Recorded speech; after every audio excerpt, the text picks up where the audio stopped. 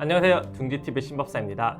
최근 캐나다 정부는 2021년 9월 7일부터 캐나다에서 승인된 백신을 2차까지 접종 완료한 관광객들에 대한 입국을 허용한다고 발표했습니다. 오늘은 최근 가장 많이 물어본 질문 탑 11을 선정하여 Q&A 시간을 가져보도록 하겠습니다.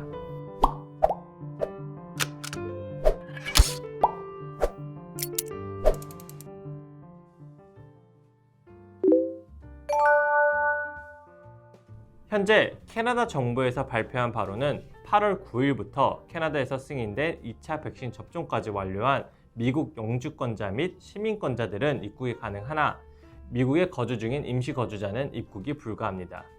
그리고 9월 7일부터는 다른 모든 나라에서 오는 관광객들도 캐나다에서 승인한 백신을 2차 접종까지 완료하였다면 입국이 가능합니다.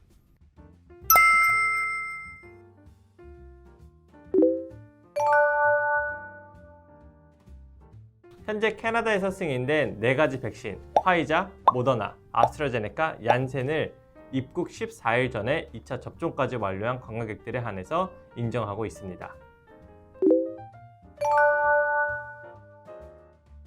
해당 부분은 상황마다 다르지만 현재 입국하는 모든 사람들은 필수로 Arrive Can 앱을 통해 14일 자가격리 계획서를 작성하고 제출하여야 하며 입국 심사관의 판단에 따릅니다.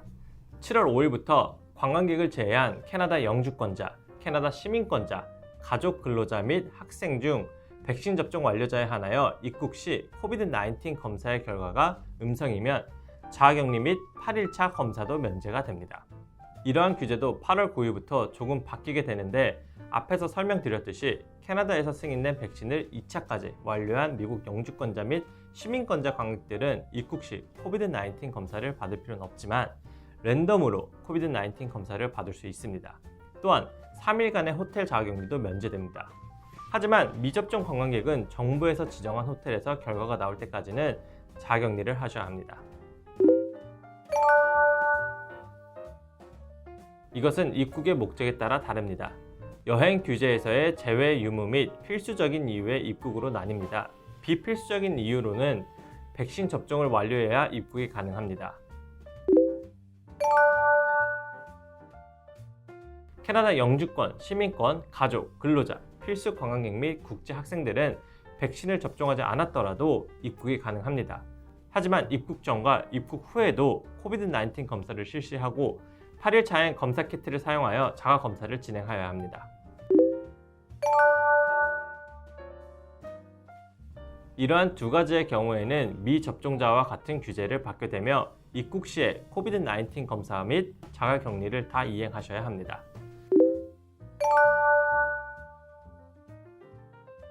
캐나다 정부에서는 이것에 대한 구체적인 자가격리를 기획 중에 있으며 추후 발표할 예정입니다. 필수적인 여행은 캐나다의 1. 긴급 서비스, 가족 상봉, 캐나다 영주권 및 시민권자에게만 해당됩니다. 국제 학생 중 입학 허가서를 호주하고 있으면 이 또한 필수적인 여행으로 해당되어집니다.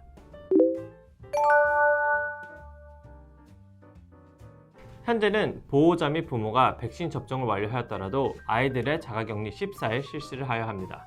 단 8월 9일부터 보호자 및 부모가 백신 접종을 완료하였으면 아이들도 자가격리가 면제되지만 아이들 모임 같은 곳엔 14일 동안은 삼가해 달라고 캐나다 정부에서 권장하였습니다. 모든 입국 예정자들은 72시간 이내에 캐나다 입국 전 COVID-19 검사를 받아야 하고 Arrive Can 앱에 정보 및 서류를 업로드해야 합니다.